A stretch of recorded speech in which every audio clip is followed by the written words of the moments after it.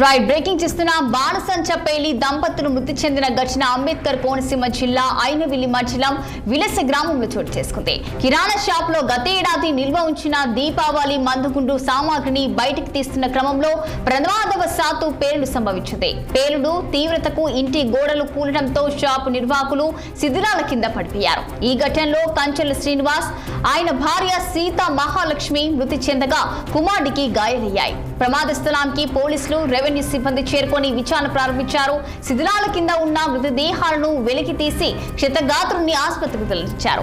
ఇక ఇదే అంశంపై మరింత సమాచారం మా కాకినాడ జిల్లా ప్రతినిధి దురాని ఫోన్ లైన్ లో అందించేందుకు సిద్ధంగా ఉన్నారు.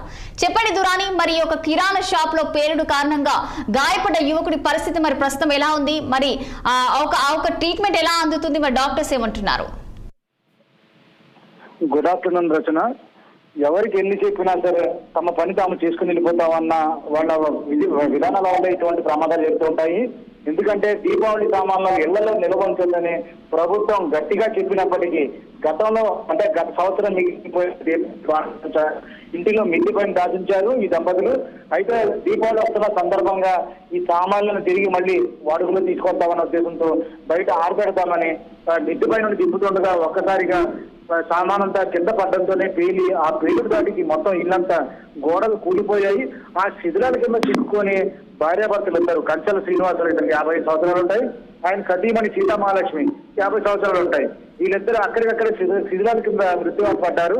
అయితే వారి కుమారుడు పక్క గదిలో ప్రదీప్ ప్రాణాలతో బతికి బయటపడ్డ అతనికి కూడా కొద్దిగా స్వల్పంగానే గాయాలైనవి. అయితే వీరి పరంగా చూసుకుంటే వీరి గతంలోనే అంటే ఇటీవల కాలంలోనే పెళ్లి రోజు చాలా ఉత్సాహంగా ఉల్లాసంగా చేసుకున్నారు. ఒకరికొకరు కేకులు తినిపించుకున్నాయి కూడా. చాలా ఆ ఫోటోలు చూస్తుంటే ఉన్నాయి. ఎందుకంటే సంతోషంగా గడిపిన ఆ కుటుంబం కేవలం ఈ దీపావళికి సంబంధించిన సామాన్లను చెప్పడానికి మిత్తి ఎక్కడంతో సామాన్లు చేజారి ఇటువంటి పరిస్థితి దాపురించిందని చాలా మంది గ్రామస్తులు చాలా విచారణ తెలియజేస్తున్నారు. అయితే బిఆర్ అంబేద్కర్ కోనసీమ జిల్లాలో చాలా ఇళ్లలో అంటే సుమారు గ్రామాలు ఏవైతే ఉన్నాయో వారందరూ గత ఏడాది మిగిలిపోయిన దీపావళి బాణాసంచాన్ని ఈ విధంగానే నిలవుంచారు. ఎండలకి ఆ తర్వాత విక్రయించడానికి ఏర్పాటు చేస్తున్నారని చాలా మంది అక్కడ చెప్పుకుంటున్నారు. అయితే అధికారులు ఎప్పటికప్పుడు దీపావళి బాణాసంచ విక్రయాలు ఎవరు చేస్తున్నారో వారి నిజం ఎంత సరుకు మిగిలిపోయింది వాటి ఎవరైనా సేకరించుకున్నారే వదిలిపెట్టడం వలన ఇటువంటి అనంతరానికి దాటిస్తున్నాం దీపావళి మనం. ఎందుకంటే బాణాసంచ కోసం అంటే దీపావళి వస్తున్నారు కానీ పెద్ద నిల్వ చేస్తారు. ఆ తర్వాత ఈ తయారు చేసే కెమెరాలు వేరే ఉంటాయి, విక్రేతలు వేరే ఉంటారు. అయితే విక్రేతలు అయితే ఎప్పుడైనా సామాన్లు మిగిలిపోయినప్పుడు అంటే పెద్ద ఎత్తున కొనుగోలు చేసి ఇంకా అమ్మకం కాకుండా ఉండిపోయిన సరుకుని వేరే చోట ఎక్కడైనా కేంద్రాల్లో నిల్వ చేయాలి, ఊరి దూరంగా పొలాల మధ్యలో. అలా కాకుండా ఇంటిలోనే దాయడం వలన అది కూడా ప్రస్తుతం అయితే ఈ తుఫాన్లు ఈ వాతావరణం చల్లగా ఉండడం వలన అంటే ఏమైనా కారుతున్న వాటర్ ఏమైనా లీకేజ్ చేసి ఇబ్బంది అని ఇప్పుడిప్పుడే బయట తీసి ఆరబెడుతున్న దృశ్యాలు చాలా మంది చూసామని చెప్తున్నారు. అయితే అంబేద్కర్ కోనసీమ జిల్లాలో ఇటువంటి జరగడం మాత్రం చాలా విషాదకరమని చెప్పుకోవాలి. ఎందుకంటే దీపావళికి ఇక్కడ రాకుండానే సాధారణంగా దీపావళి పేరు చెప్పగానే ఇది బాణసంచ ఎక్కడ తయారు చేస్తారో కేంద్రాల్లో ఈ పేరుడు దాటికి ప్రజలు తయారీదారులు కానీ కూలీలు కానీ చనిపోతున్నట్టు మనకు కనిపిస్తుంటారు. అయితే కేవలం ఈ మిద్దె పైన దాచిన సామాను దింపుతుండగా ఇటువంటి ఈ విషాదకర పరిణామం చోటు చేసుకోవడం మాత్రం నిజంగా శోచనీయంగా చెప్పుకోవాలి.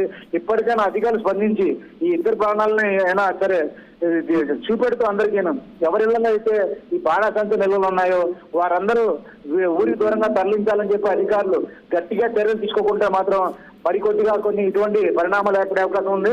ఇప్పటికైనా అధికారులు స్పందించాలని కోరుకుంటున్నారు.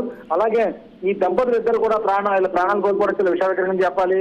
ఈ 5 మండలం విలస గ్రామంలో జరిగిన ఈ ఘటన పట్ల మాత్రం అధికార యంత్రాంగం అప్రమత్తంగా చెప్పుకోవాలి. ప్రస్తుతం మరి గాయపడ్డ యువకుడి పరిస్థితి ఎలా ఉంది?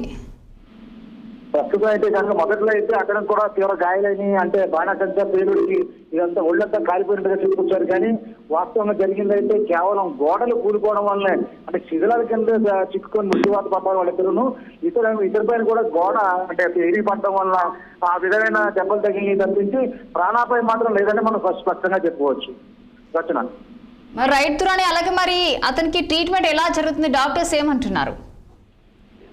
ప్రస్తుతం అయితే అతనికి వచ్చే ముప్పు ఏమీ లేదని, కేవలం రాళ్లు గోడల కింద ఉన్న రాళ్లను ఇటుకలు పడడం వల్ల అతనికి గాయాలని అని, కొద్దిగా స్వల్ప అంటే కనిపించిన గాయాలని, కవ్వు దెబ్బలు లాంటివి, ప్రాణానికి వచ్చిన ముప్పు ఏమీ లేదు కాబట్టి త్వరగానే కోలుకుంటాడు, కొద్దిగా విశ్రాంతి అవసరమని వైద్యులు చెప్పారు. అయితే ఇటువంటి పరిణామాలు జరిగినప్పుడు మాత్రం అంటే చిన్న చిన్న కొట్లు కానీ గ్రామాల్లో ఒకే ఇంట్లో ఎదర దుకాణాలు ఉంటాయి, వెనకాల నిల్వ కేంద్రం ఉంది, ఆ ఉన్న 2-3 గదుల్లోనే వీళ్ళందరూ ఇవన్నీ పనులు చేయడం వల్లే ఇటువంటి ఉపద్రవాలు సంభవించే అవకాశం ఉంది. ఇప్పటికైనా అంటే అందరూ కూడా అప్రమత్తంగా ఉంటే మంచిదని చెప్పుకోవాలి మనం.